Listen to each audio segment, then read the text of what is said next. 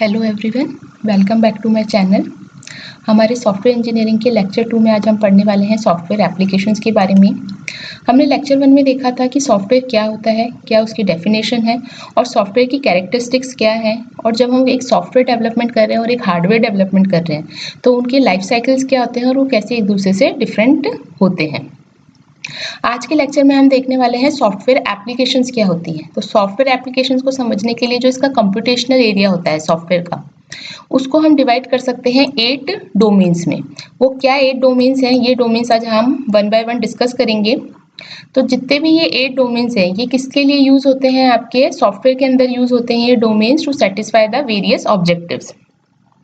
जो भी पर्टिकुलर आपका ऑब्जेक्टिव है, चाहे आप सिस्टम सॉफ्टवेयर बना रहे हो या कोई रियल टाइम सॉफ्टवेयर बना रहे हो या कोई एम्बेडेड सॉफ्टवेयर बना रहे हो या फिर सपोज आप कोई बिजनेस सॉफ्टवेयर बना रहे हो, तो इन सॉफ्टवेयर्स के अलग अलग ऑब्जेक्टिव्स होते हैं। मींस इनकी कुछ स्पेसिफाइड रिक्वायरमेंट्स होती हैं। तो उन रिक्वायरमेंट्स को फुलफिल करने के लिए ये कंपोनेंट्स या ये डोमेन्स हम पर्टिकुलरली यूज करते हैं हमारे सॉफ्टवेयर डेवलपमेंट में।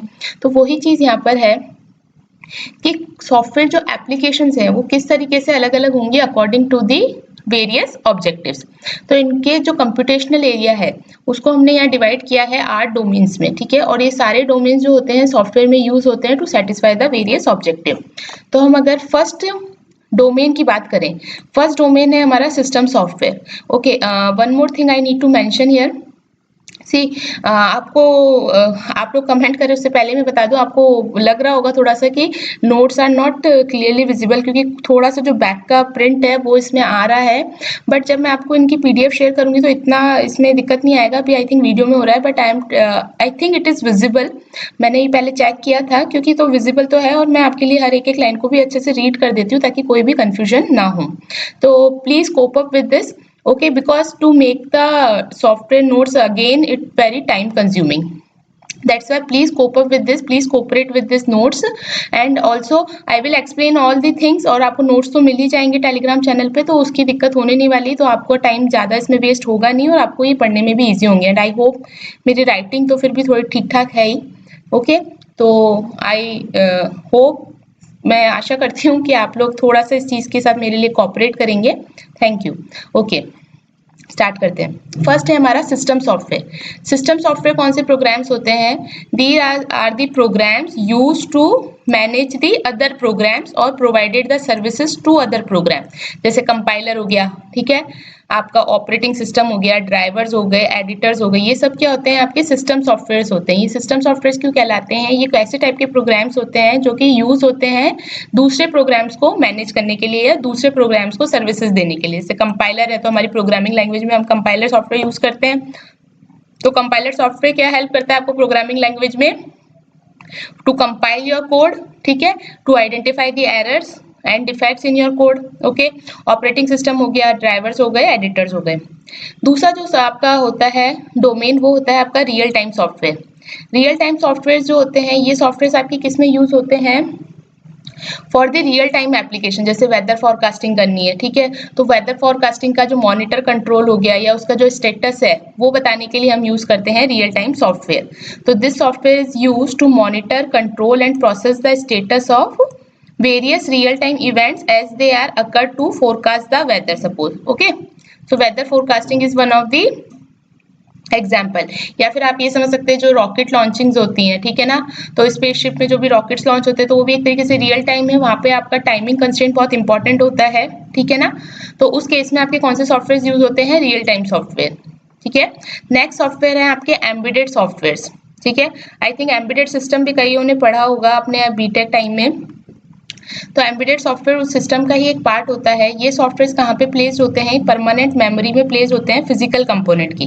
जो भी एम्बेडेड सिस्टम्स आप बनाने जा रहे हैं उनकी जो फिजिकल कंपोनेंट होता है, उसकी जो परमानेंट मेमोरी होती है उसके अंदर आपका ये एम्बेडेड सॉफ्टवेयर प्लेस होता है। ये किस लिए यूज होता है? To control the various function of the component and it is also named as the intelligent software. जैसे आपके एयरक्राफ्ट सिस्टम हो गए, सिग्नलिंग, ऑटोमोबाइल सिस्टम्स हो गए, ठीक है, सिक्योरिटी सिस्टम्स हो गए।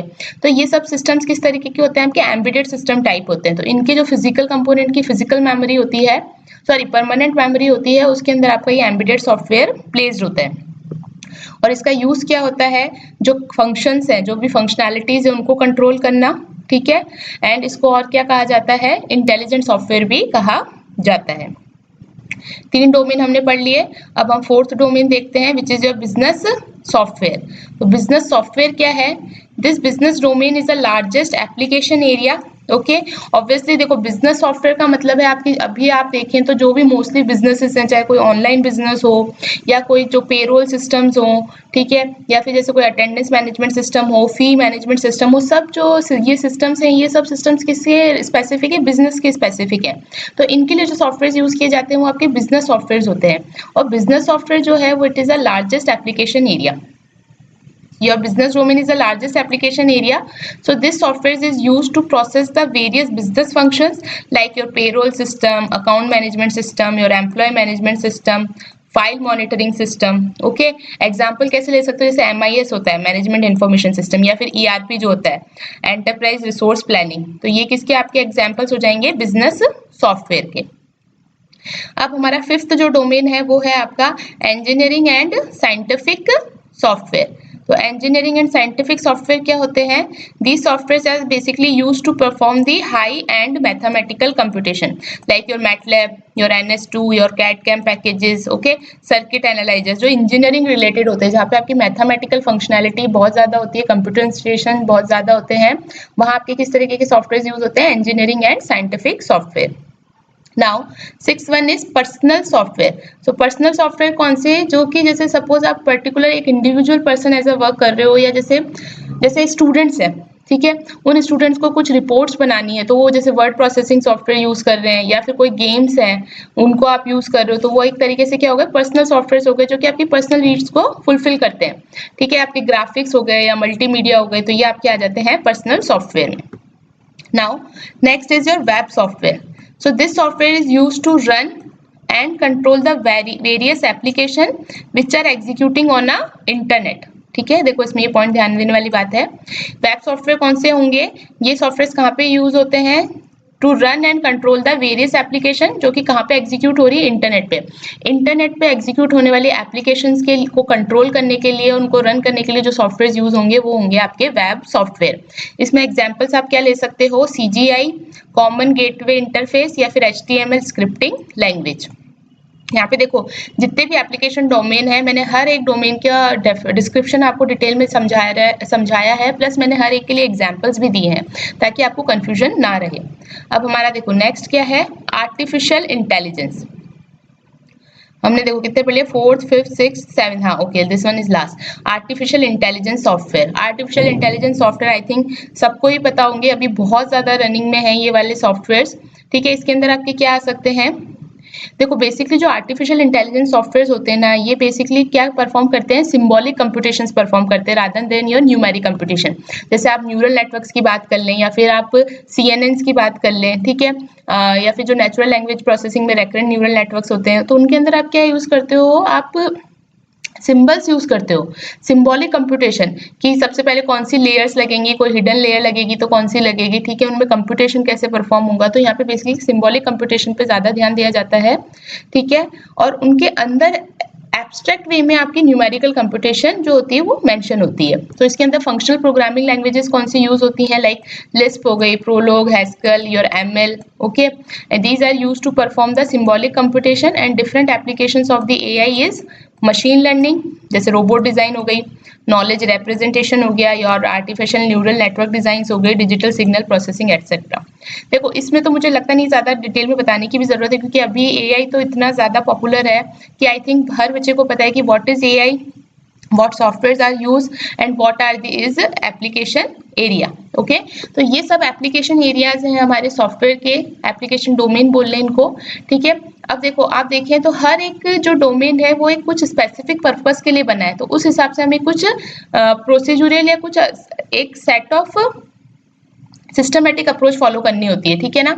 तो उसके लिए हम जितने भी हमने डोमेन्स पढ़े, उससे हम कंक्लूजन क्या निकाल सकते हैं, to develop the quality software in order to satisfy the various objective, okay, of the application domain, there is the need of a systematic approach which is called as software engineering. तो देखो इन application के basis पे आप software engineering की definition क्या दे सकते हो, आपका मेन पर्पस क्या है, आपका जो प्रिंसिपल ऑब्जेक्टिव है वो है कि to develop the quality software. अब क्वालिटी सॉफ्टवेयर बनाने के लिए what you need to do, जितने भी उस पर्टिकुलर सॉफ्टवेयर के लिए ऑब्जेक्टिव्स हैं they had to be fulfil, okay, fulfil होने चाहिए वो। तो उस जितने भी ऑब्जेक्टिव्स हैं जो हमें उस एप्लीकेशन के लिए फुलफिल कराने हैं, उसके लिए हमें एक सिस्टमैटिक अप्रोच बनानी होती है और उस सिस्टमैटिक अप्रोच को हम कहते हैं सॉफ्टवेयर इंजीनियरिंग। ओके, तो यहाँ तक हमारा था सॉफ्टवेयर वाला पार्ट। अब हम देखेंगे कि सॉफ्टवेयर इंजीनियरिंग क्या होता है। ठीक है, अभी तक आई होप ये तो समझ आ गया होगा कि सॉफ्टवेयर क्या है, सॉफ्टवेयर की कैरेक्टरिस्टिक्स क्या है, सॉफ्टवेयर एप्लीकेशन के डोमेन्स क्या है। सॉफ्टवेयर एप्लीकेशन के डोमेन को फुलफिल करने के लिए जो सिस्टमैटिक अप्रोच यूज की जाती है that is called software engineering. Now in the next lecture we will discuss about what is software engineering. Okay, तो थैंक यू। आपको आई होप अच्छा लगा होगा लेक्चर। अच्छा लगा तो प्लीज लाइक कीजिए, सब्सक्राइब कीजिए, शेयर कीजिए चैनल को। अब नेक्स्ट लेक्चर में हम पढ़ेंगे सॉफ्टवेयर इंजीनियरिंग। Thank you.